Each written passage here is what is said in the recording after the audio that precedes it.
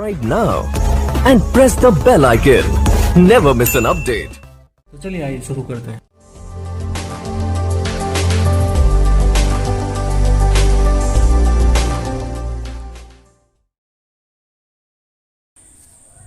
आज हम लोग देखेंगे इम्प्रूवमेंट्स इन फूड रिसोर्सेज चैप्टर के अंदर पहला जो हम लोग स्टडी कर रहे थे क्रॉप प्रोडक्शन मैनेजमेंट में, उसमें हम लोग देखे थे nutrient management.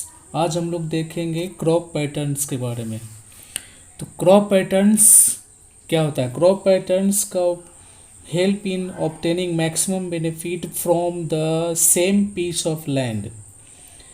Crop pattern production को बढ़ाने का एक तरीका है जिसमें हम लोग एक ही ज़मीन में एक ही समय में एक से अधिक फसल हम लोग उगाते हैं।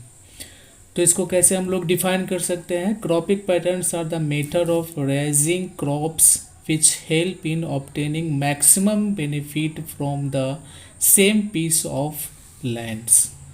Same piece of lands. It is a method to growing crops and obtain maximum benefit from the same piece of land.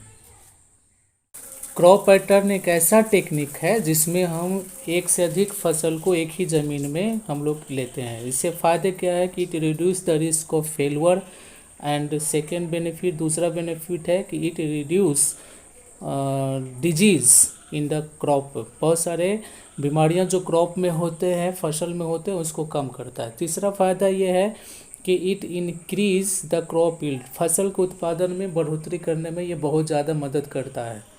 इसलिए क्रॉपिंग पैटर्न एक बहुत ही इम्पोर्टेंट टेक्निक है एग्रीकल्चर में।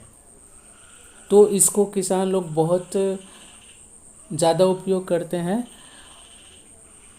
तो इसमें क्या होता है कि इस समय एक ही समय में एक ही टाइम में एक से अधिक फसल एक ही ज़मीन में उगाया जाता है।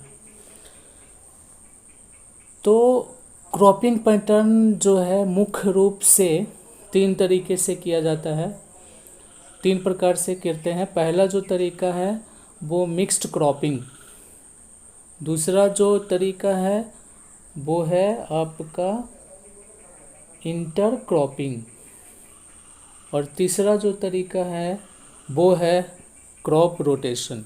तीनों तरीका का इस्तेमाल किया जाता है जिसको हम डिस्कस करेंगे 1 by 1 करके। Subscribe now and press the bell icon.